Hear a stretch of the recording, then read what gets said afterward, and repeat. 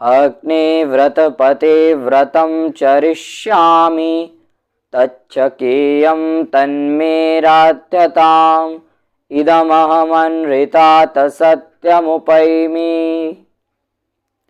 सभी को सादर नमस्ते जी। मैं सार्थक महाजन आप सभी का स्वागत करता हूं सनातन संचयन की एक नई वीडियो में। हम वेद स्वाध्याय के इस क्रम में आज यजुर्वेद के पहले अध्याय का 5वां मंत्र पढ़ेंगे। इस मंत्र में व्रतों का उपदेश दिया गया है।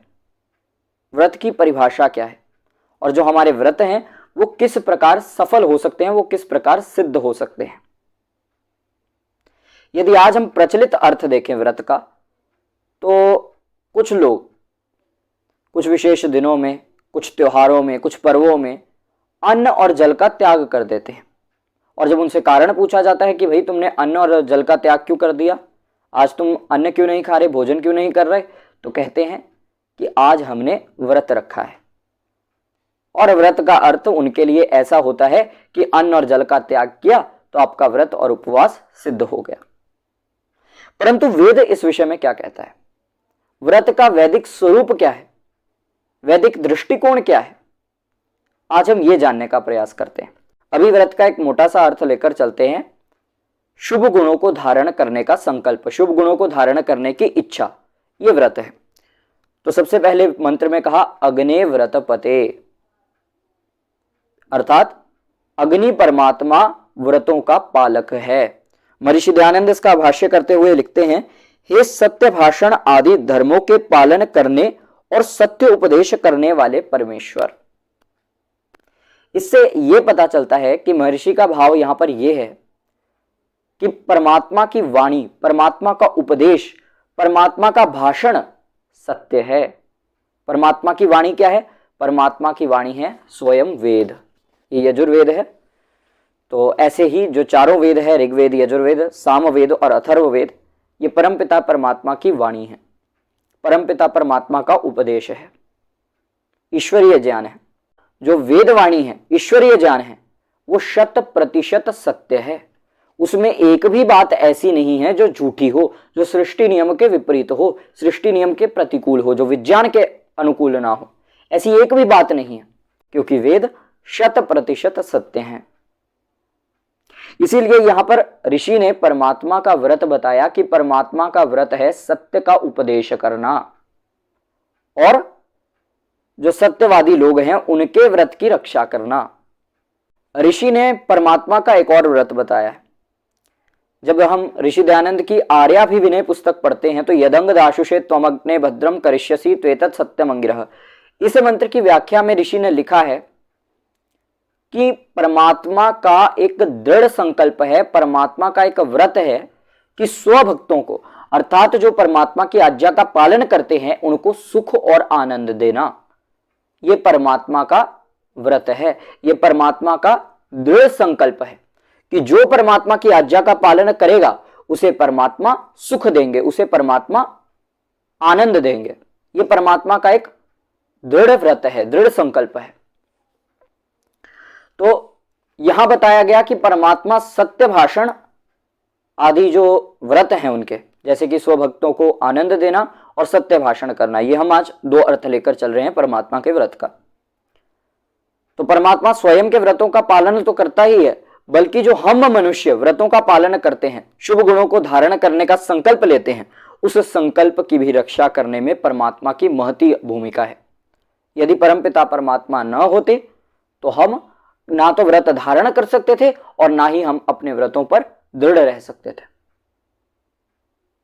परमात्मा हमारे व्रतों की रक्षा कैसे करता है, तो इस विषय में शतपथ ब्राह्मण में आया है। शतपथ ब्राह्मण के पहले अध्याय के पहले ब्राह्मण की द्वितीय कंडिका है ये। इसमें बताया है जैसे भौतिक अग्नि मार्ग प्रदर्शक है, उसी प्रकार परम अग्रणी परमात्मा मार्गदर्शन करते हुए व्रतों की रक्षा करते हैं, मनुष्य के व्रतों की रक्षा करते हैं। इसे एक उदाहरण से समझते हैं।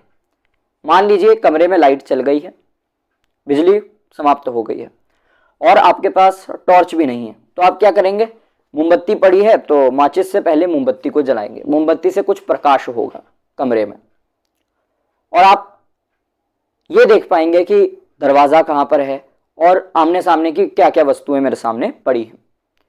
तो इससे क्या हुआ, अग्नि जो थी, जो मोमबत्ती की रोशनी थी, उसने आपका मार्ग प्रशस्त किया, उसने आपको मार्ग दिखाया कि भाई ये मार्ग है, नहीं तो अंधेरे में आपको मार्ग नहीं दिखेगा।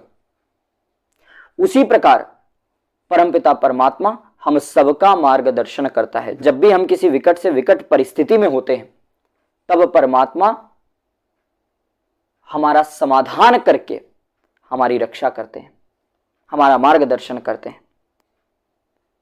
मान लीजिए किसी ने सत्य व्रत धारण किया है, किसी ने व्रत धारण किया है, शुभ गुणों को धारण करने के लिए संकल्प लिया है कि मैं कभी भी झूठ नहीं बोलूंगा, मैं हमेशा सत्य बोलूंगा, मैं धैर्य का त्याग नहीं करूंगा,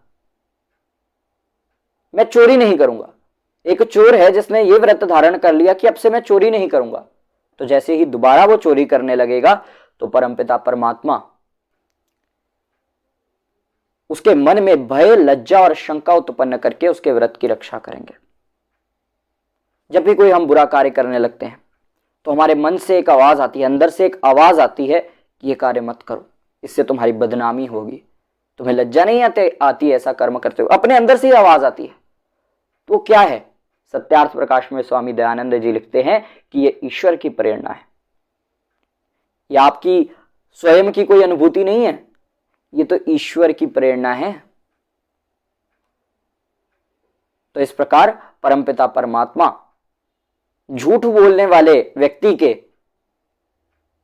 चित्त में भय, लज्जा, शंका उत्पन्न करके उसकी रक्षा कर देते हैं। जो परमात्मा के संकेत को समझ गया, जो परमात्मा की प्रेरणा को समझ गया, वो तो अपने बच गया, और जिसने मनमानी करनी है वो तो फिर कर्म करने में स्वतंत्र है, पर हां फल भोगने में वो ईश्वर के अधीन होगा। और कैसे परमात्मा हमारे व्रतों की रक्षा करते हैं, तो वेद में एक बड़ा ही अच्छा मंत्र आता है, ऋग्वेद का मंत्र है ये, विष्णु कर्माणि पश्यता यतो व्रतानि पस्पशे इंद्रस्य युज्यः सखा। अर्थात अगर तुम्हें व्रतों का पालन करना है ना, तो विष्णु कर्माणि पश्यता, विष्णु के कर्मों को देखो। इसका अर्थ क्या है, जब हमने ये जान लिया कि परमात्मा न्यायकारी है, हमने विष्णु के, परमात्मा के कर्म को देख लिया कि ईश्वर सर्वव्यापक है, विष्णु सर्वव्यापक है, और सर्वव्यापक होते हुए हमारे एक एक कर्म को देख सुन जान रहा है, और जैसा हम कर्म करेंगे वैसा ही हमें फल प्रदान करेगा, तो हम कभी भी बेईमानी नहीं करेंगे, हम कभी भी झूठ नहीं बोलेंगे। क्यों? क्योंकि हमने ईश्वर के स्वरूप को जान लिया, हमें इस बात का तत्व ज्ञान हो गया कि यदि हम कोई बुरा कार्य करेंगे तो ईश्वर हमें दंड देगा, और उस दंड के भय से हम बुरा कार्य नहीं करेंगे। जैसे कोई आपके सामने, मान लीजिए आप पुलिस वाले हैं, क्या चोर आपके सामने कभी कोई चोरी कर सकता है? नहीं। जब तक पुलिस वाला सामने है तब तक चोर चोरी करने की हिम्मत नहीं करेगा, क्योंकि उसे दंड का भय है, मुझे दंड मिलेगा। उसी प्रकार यदि आप परमपिता परमात्मा को सर्वज्ञ सर्वव्यापक समझेंगे, इस बात का आपके अंदर तत्व ज्ञान हो गया, तो आप कभी भी कोई पाप कर्म नहीं करेंगे। तो इसीलिए कहा कि अग्नि व्रत पते, अग्नि जो है स्वयं के व्रतों का पालन तो करता ही है, मनुष्य के व्रतों की भी रक्षा करता है। व्रत की परिभाषा देते हुए ऋषि दयानंद हमें समझा रहे हैं, क्या समझा रहे हैं?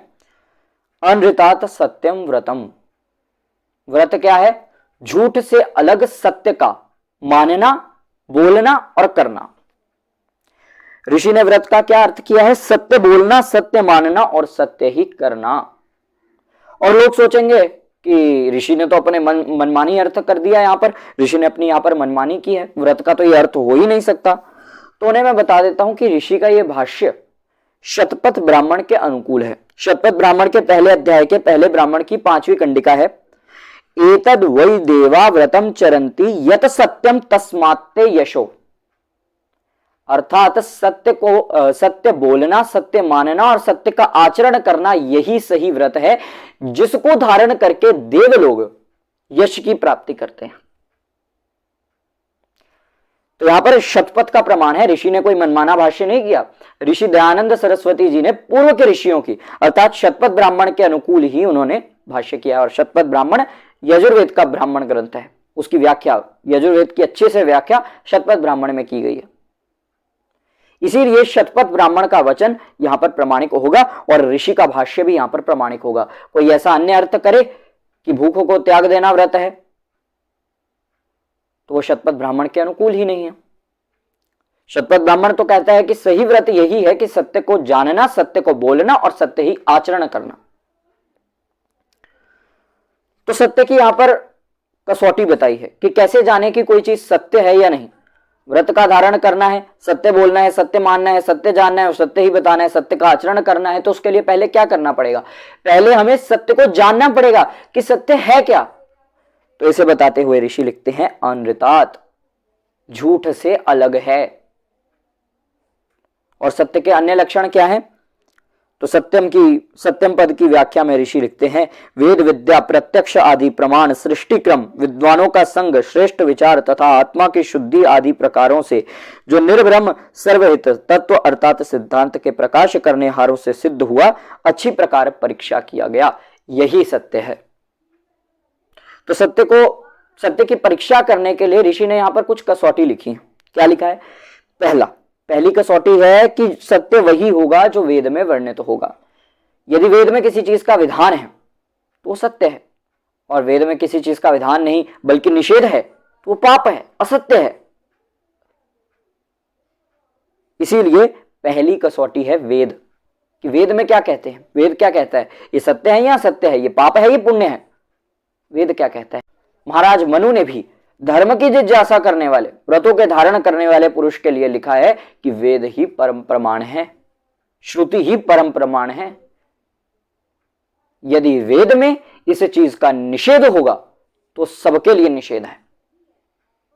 यदि वेद में निषेध है तो वो पाप है, अकर्तव्य है। यदि वेद में विधान है तो कर्तव्य है, वो सत्य है, वो पुण्य है।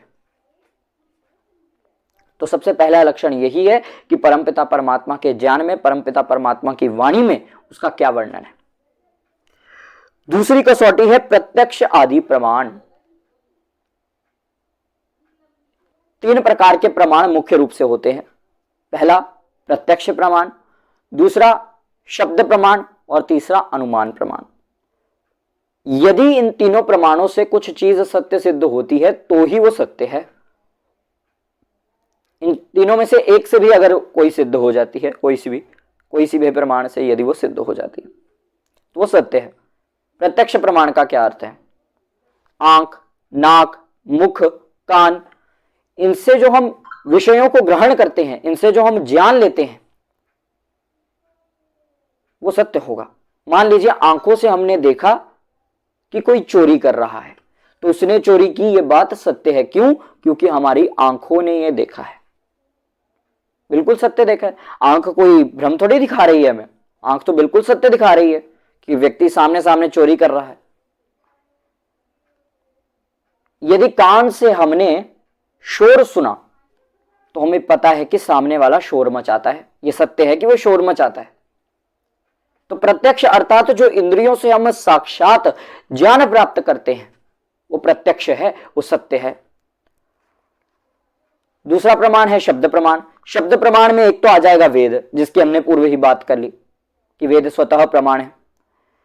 आगे जो आएगा वो ऋषिकृत अन्य जो भी ग्रंथ है, जैसे मनुस्मृति, शतपथ ब्राह्मण, अन्य ब्राह्मण ग्रंथ, वेदांग, उपनिषद, दर्शन शास्त्र, उपवेद, ये जितने भी ऋषिकृत ग्रंथ हैं, ऋषियों द्वारा लिखे गए ग्रंथ हैं, वे भी हमारे लिए प्रमाण है। क्यों?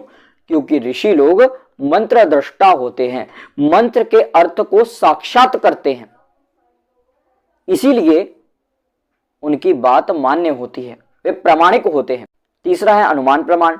अनुमान प्रमाण का अर्थ है, मान लीजिए आपने धुआं उठते हुए देखा तो आप अनुमान लगा लीजिए यहां पर अग्नि थी तभी तो धुआं है। यदि अग्नि ना होती तो धुआं कहां से होता? इसीलिए यहां पर धुआं है, इसका मतलब नीचे अग्नि है, अग्नि का होना सत्य है। आगे लिखते हैं सृष्टि क्रम। जो सृष्टि क्रम के अनुकूल होगा वही सत्य है। सृष्टि क्रम है सृष्टि के नियम। सृष्टि का एक नियम है कि यदि शरीर में आत्मा का प्रवेश होता है, जन्म होता है, तो मृत्यु पर्यंत आत्मा रहेगी। ऐसा नहीं कि मेरे शरीर से दूसरे शरीर में चल जाएगी, फिर तीसरे शरीर में, फिर वापस आ जाएगी, कभी घूमती जाएगी, ऐसा नहीं हो सकता। एक बार यदि आत्मा इस शरीर में प्रविष्ट होती है उसका शरीर सहित शरीर का प्रादुर्भाव होता है, शरीर का जन्म होता है, तो आत्मा मृत्यु पर्यंत शरीर के जीर्ण होने तक, शरीर के भस्म होने तक शरीर के साथ रहेगी। और जैसे ही शरीर जीर्ण हो जाएगा वैसे ही आत्मा दूसरे शरीर में प्रवेश कर लेगी। ये सृष्टि नियम है। और अब कोई ऐसा कहे कि एक सिद्ध बाबा जी हैं जो अपनी आत्मा को तुम्हारे शरीर में डाल देंगे, तुम्हारी आत्मा को अपने शरीर में डाल लेंगे, ऐसा तो यह संभव है। इस प्रकार हमें समझना चाहिए कि जो सृष्टि नियम के अनुकूल होगा वही सत्य है। अगली कसौटी ऋषि देते हैं विद्वानों का संग। आप विद्वानों का सानिध्य प्राप्त कीजिए। विद्वान इस विषय में क्या मत रखते हैं, क्या ये सत्य है या असत्य है, ये आपको विद्वान बताएंगे। आज भी आर्य समाज के बहुत से सन्यासी हैं जो आपकी शंकाओं का समाधान कर सकते हैं। उनसे जाकर पूछिए कि क्या ये सत्य है या असत्य है, क्या मैं जिस मार्ग का अनुसरण कर रहा हूं उसका अनुसरण मुझे करना चाहिए या नहीं करना चाहिए। यह आपको विद्वानों से पूछना पड़ेगा, कोई आम मनुष्य आपको नहीं बताएगा। और आगे लिखा श्रेष्ठ विचार तथा आत्मा की शुद्धि आदि प्रकारों से जो निर्भरम, आत्मा की शुद्धि आदि प्रकार से एक हमें यह भी देखना होता है कि जो हम कर रहे हैं, जिसको हमने सुना है, जाना है, माना है, बोल रहे हैं या कर रहे हैं, वो हमारी आत्मा के अनुकूल है भी है। और ऐसे ही लक्षण महाराज मनु ने भी बताए हैं। श्रुति ही स्मृति ही सदाचारः स्वस्य च प्रियमात्मनः एतत् चतुर्विद्धि प्राहु साक्षात धर्मस्य लक्षणम। अर्थात वेद, स्मृति शास्त्र क्या कहता है इस विषय में, ये सत्य है या असत्य। फिर वो सदाचार होना चाहिए और मुख्य है कि वो आत्मा के अनुकूल होना चाहिए। ऐसा नहीं कि कुछ करते समय आपको बड़ी भय, लज्जा और शंका आ रही है कि ये कर्म करना चाहिए कि नहीं। ऐसी परिस्थिति में वो सत्य नहीं हो सकता। क्यों? क्योंकि वो ईश्वर की प्रेरणा है, वो आपकी आत्मा के अनुकूल नहीं है। और जिस कार्य को करते समय अति उत्साह हो, बड़ा ऐसा लगे कि हम बहुत अच्छा कार्य करने जा रहे हैं, तो उस कार्य को अवश्य ही करना चाहिए।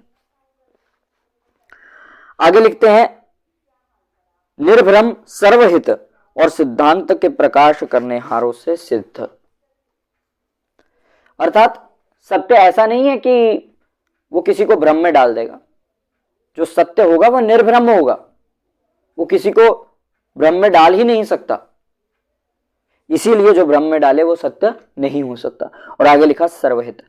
ऐसा नहीं कि एक कोई सिद्धांत है वो मुझे प्रिय है, मेरे हितकारी है और अन्यों के लिए वो हानिकारक है, मन वचन और शरीर से दूसरों को हानि पहुंचाता है, वो सत्य नहीं होगा। जो सबके लिए हितकारी हो, जो सबके लिए हितकारी हो, किसी की भी हानि ना करे, वही सत्य है। आगे लिखते हैं व्रतम। यहां व्रत का अर्थ किया है सत्य बोलना, सत्य मानना और सत्य करना, और यही शतपथ ब्राह्मण के अनुकूल है। और व्रत की परिभाषा स्कंद पुराण में भी ऐसी ही है। स्कंद पुराण का एक श्लोक है, उपाव्रतस्य पापेभ्यो यस्तु वासो गुणैः सह उपवासः सविषय न तु कायस्य शोषणम। अर्थात शुभ गुणों को धारण करना ही व्रत है। भूखा रहकर, प्यासा रहकर काया का शोषण करना, शरीर को दुख देना, शरीर को पीड़ा देना व्रत नहीं कहलाता। स्कंद पुराण खंडन कर देता है इस बात का। तो इसी प्रकार बृहदारण्यक उपनिषद में भी आया है, न तो कायस्य शोषणम, शरीर को पीड़ा पहुंचाना, शरीर को दुख देना, भूखा प्यासा छोड़ना, यह व्रत नहीं कहलाता। आगे देखते हैं। इस व्रत का उपयमी अनुष्ठान अर्थात नियम से ग्रहण करने व जानने और उसकी प्राप्ति की इच्छा करता हूं।